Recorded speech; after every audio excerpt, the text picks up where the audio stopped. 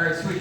First off, thank you guys so much for bringing us to the second round. We're super pumped to be here. For those of you who don't know, I'm Jared Gearing. This is my business partner, Spencer Steiner, and we're from Vytal. And for the judges who weren't there this morning, I'd like to restate our genesis story. I bet most people here played competitive sports growing up.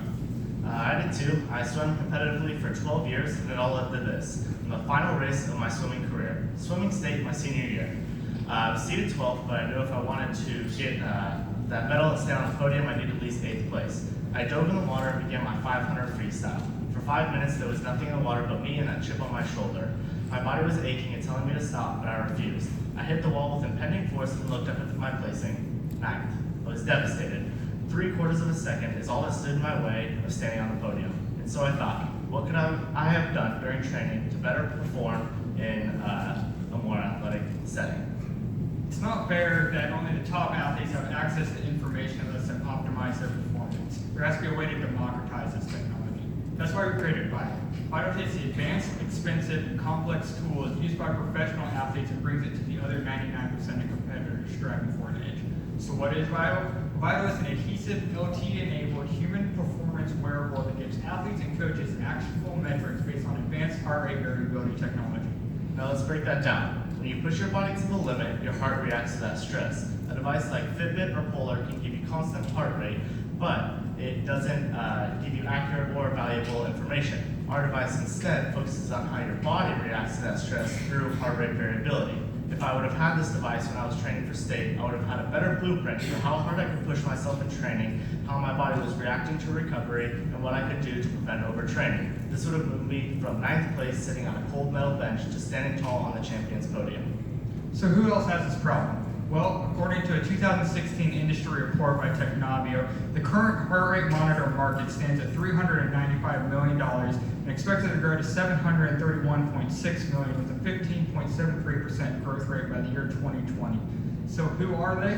Well, it turns out there's 75,000 cyclists, 420,000 college athletes, and 17 million marathoners in the U.S. alone. And with the growing obesity epidemic plaguing this country, there's been a gravitation toward a more health-conscious lifestyle that a device like this certainly supports. We believe innovation combined with accuracy will be what drives the continued evolution of this market. So how do we arrive at the form factor we did? Well, we believe, simply put, Vytal is a marriage between convenience and accuracy. By creating an adhesive that adheres to the skin, Vytal gives the athlete first of its kind opportunity to leverage innovative technology in a footprint so small they'll forget they're even wearing it. In addition to its technical advantages, Vytal also provides residual revenue opportunities. The adhesive is replaceable and has the same lifespan as the battery, which has been tested at 7 days off of an hour of rapid recharge. We believe the flexibility this formula offers will be ideal for our key customer targets. These targets are divided into two areas. One, the B2B channel, managed by outside sales efforts that will focus on teams and membership-driven athletic organizations where the members can lease out Vytal units. This will support the second area, a B2C retail channel, where we'll sell through traditional brick and mortar along with online-based retail where it'll be supported through social media marketing. The current heart rate monitor market is split into two forms, a wristband and a strap. According to Technavio's 2016 industry report, straps actually hold a larger percentage of the market than wristbands, regardless of Fitbit's and other wristband success. This surprised us, but it validated our product development. This information also shows that both convenience and accuracy are held at a premium, and that demand won't be going away.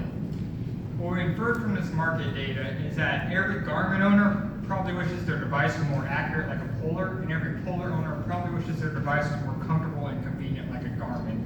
But what's important to know about the competitive landscape is whether you're a wristband company or a chest strap company, your sales are expected to grow respectively in each area. So, how are we going to get this done? Well, we knew early on that we were just a few high schoolers with no engineering background in a very engineering-intensive area. That's why we made contact with Dr. Ali, a genius PhD developer and medical doctor. The relationship is absolutely perfect. He later brought on 2 more PhD developers to speed along development. We're currently 9 months away from being able to manufacture at full scale. In addition to this, we have attracted the attention of multiple mentors and advisors that are industry professionals, such as the VP of IT at the Boston Red Sox, the head of technology and innovation at the U.S. Olympic Committee, as well as former K-State grad and current tech company owner Adam Bilbrey. So, what does the timeline look like for this? Well, in June, we will finish exploring SBR Phase 1 and Phase 2 funding. In July, we'll produce Vytal beta units in the finalized form factor. In August, we'll then use these beta units to test through our partnership with WSU Athletics and the Human Performance Lab. In October, we'll finalize purchase orders for teams and gyms. And then in December, we'll launch a crowdfunding campaign. And in May 2018, we'll launch the full product. At Vytal, we're working to engineer the next generation of athletes. Our core mission is to empower every high schooler, every aspiring athlete, and everyone that experiences Vytal to do more. We hope you'll join us on our mission. Thank you.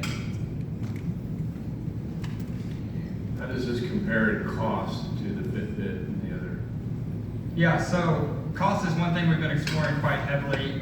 Right now, we're positioned at $200 a device with a $10 to $15 a month subscription service. And this is priced very competitively with higher end Fitbit or Polar devices. Would you go back a couple of slides, please?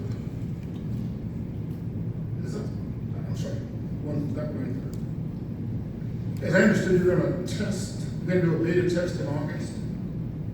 What was that, July? That is when we'll compile the final white papers with the finalized form factor. Where we are right now in development is we have a device that has similar functionality, but it's really just polishing that up, shrinking the size, and finalizing the adhesive form factor on it, which we'll test in August. How many orders do you expect to have?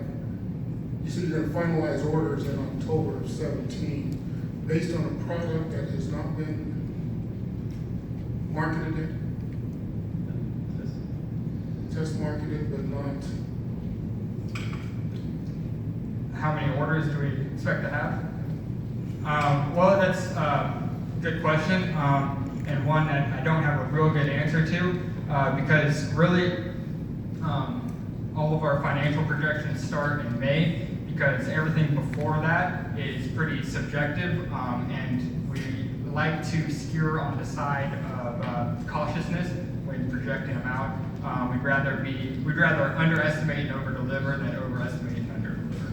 So you're working on your white paper now. What's your sample size? So far the device has just been in a clinical setting, fine-tuning the algorithms for the ECG acquisition. But the real white paper work will come in August when we test with the athletes at WSU. So you've not tested with any athletes now? So far, it hasn't been tested on a team in any kind of setting like that. It's like I said before, it's just been in a clinical setting, making sure that the algorithms are. What's the sample size? Sample size has just been like 1 or 2 people at a time. And the standard deviation? Last we heard from our development team, it was within like 0.2 points. They believe it could go for FDA clearance, but we're not pursuing it at this time. So the standard deviation, is that between the 1 and 2 people that you're doing at a time, or the entire sample size? So from the standard deviation points, that's testing against the readily available ECG technology, like the medical stuff. And what we're doing is bringing that medical side of things and making it mobile. So the sample size is how many again though? How many people have tested this? Around 10 or 11. I got one slide. Obviously, according to this chart, you guys showed up pretty good. Who did that? Yeah, okay, that's just a question. Thanks. Just a small question. What do you do for people who have adhesive allergies?